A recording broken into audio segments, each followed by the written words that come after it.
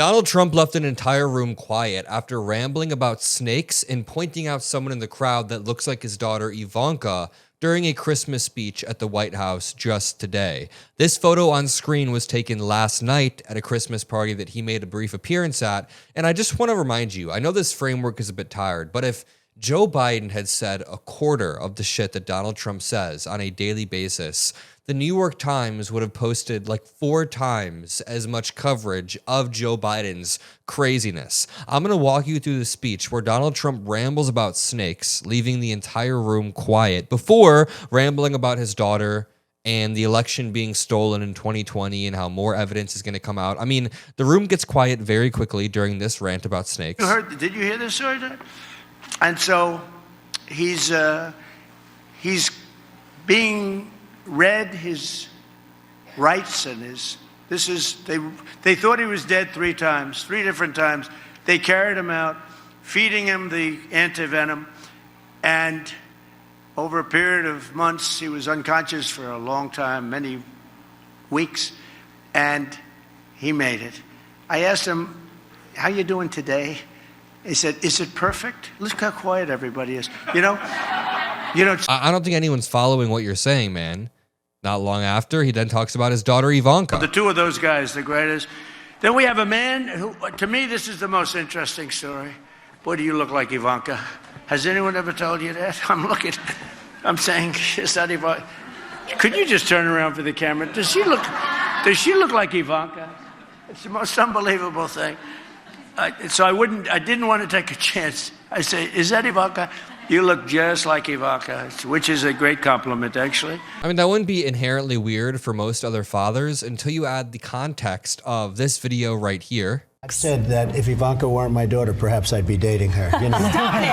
Oh, it's so weird. Stop. You know what? You are sick. Far from protecting his daughter from being talked about as a sex object, he has encouraged it multiple times. On Howard Stern's radio show in 2004 and then again in 2006. By the way, your daughter. She's beautiful. Can I say this? A piece of ass. Yeah. She looks more voluptuous than ever. She's actually always been very voluptuous. It's She's tall. She's almost 6 feet tall. I mean, voluptuous is a big word for 2005 Donald Trump, first of all. But I guess when he's describing his daughter, he has a larger vocabulary than normal. It's all very creepy. And then add the context of him picking people, lawyers, picking Caroline Leavitt, people around him specifically because they look like his daughters. I'm not making this up. Donald Trump has a repeated pattern of picking people based on their looks for roles. He oftentimes picks young blonde women that look like his daughter. In May, Ivanka described herself as a feminist while defending her father on CBS after a scathing New York Times article about his alleged negative treatment of women. Oh, the guy that yells at reporters, women reporters, and says, "Quiet, piggy," and then says, "You're a terrible person, a terrible reporter, you have a terrible life."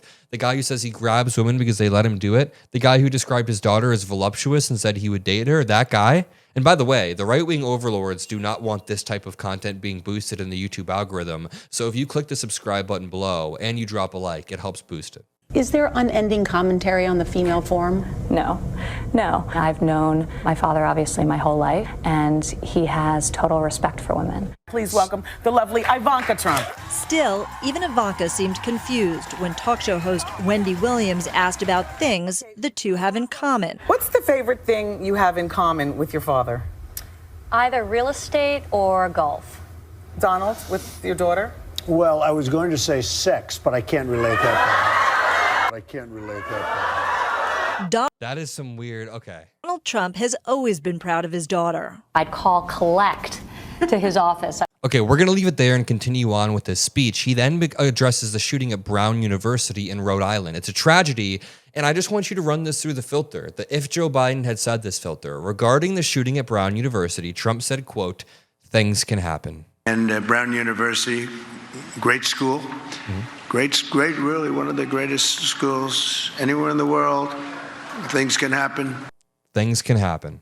So to the 9 injured, get well fast, and to the families of those 2 that are no longer with us, I pay my deepest regards and respects from the United States of America. from the United States of America. They're in the United States of America, but after he then rambles about snakes and says, look how quiet everybody is, he launches into a tirade about the 2020 election being stolen. Take a listen to this. I have some commentary here. Very good at cheating. They're professionals at cheating because we won in 2016 by a lot. The election was rigged in 2020. We have all the ammunition, all the stuff, and you'll see it come out. It's coming out in truckloads. Okay, we've been waiting 5 years for any evidence. When you took it to 60 different courts, every single court rejected every single piece of evidence. Even Republican judges, even judges appointed by Donald Trump said there's no evidence of the election being stolen. So 5 years later, this pathetic small man is trying to manipulate the minds of impressionable Americans by lying about the election being rigged and stolen en masse. This is not only dangerous and authoritarian because it erodes democracy at home, but this helps dictators abroad who want to destabilize the United States and make people think that our elections are already rigged. So the word of the President of the United States really means a lot. It really does. What the president says on a daily basis, on a weekly basis means a lot. And Republicans seem to understand this when Joe Biden is in office, but they forget this whenever Donald Trump takes the podium and tells lies about election fraud. Whenever Donald Trump says he wants to execute/hang his political opponents, he will stand in front of the military and say the Democrats are gnats who need to be taken care of, use apocalyptic, inflammatory rhetoric. After Erica Kirk says she doesn't hate the other side, he comes out on stage and says, I do hate the other side. The president's word means a lot, yet he's using it on Christmas receptions to say the election was stolen. Disgusting. Listen to this final clip of Donald Trump talking about Miami and California and more rigged election rhetoric. The entire map is red other than two little blue stripes along the outer edge. One is California, one's New York. And California's election, New York also, but California more than any other place is so rigged. It's such a rigged election. You know, we won the Hispanic vote. So a lot of people say Republican wouldn't win California, but I won the Hispanic vote.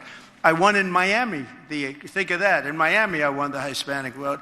Along the Texas border, I won every single city or town touching the Texas border, and they're 85 to 90% Hispanic. We won the Hispanic vote. If the vote in California was legitimate, which it's not, they have 38 million ballots. Everything is mail-in voting. They mail out 38 million ballots, and they come in. Where the hell do they go, and where do they come from? It's a rigged election in California. Okay, do you know how dangerous it is for the President of the United States to come out and just randomly, brazenly say the vote in California is rigged?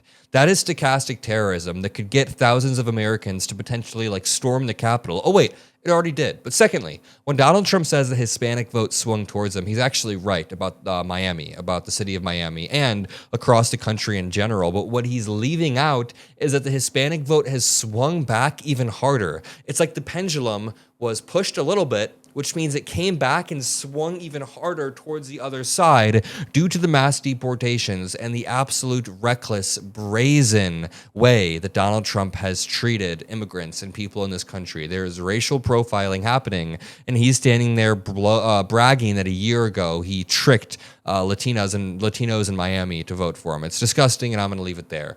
If you made it this far, drop a blue heart. I love you all. Peace out.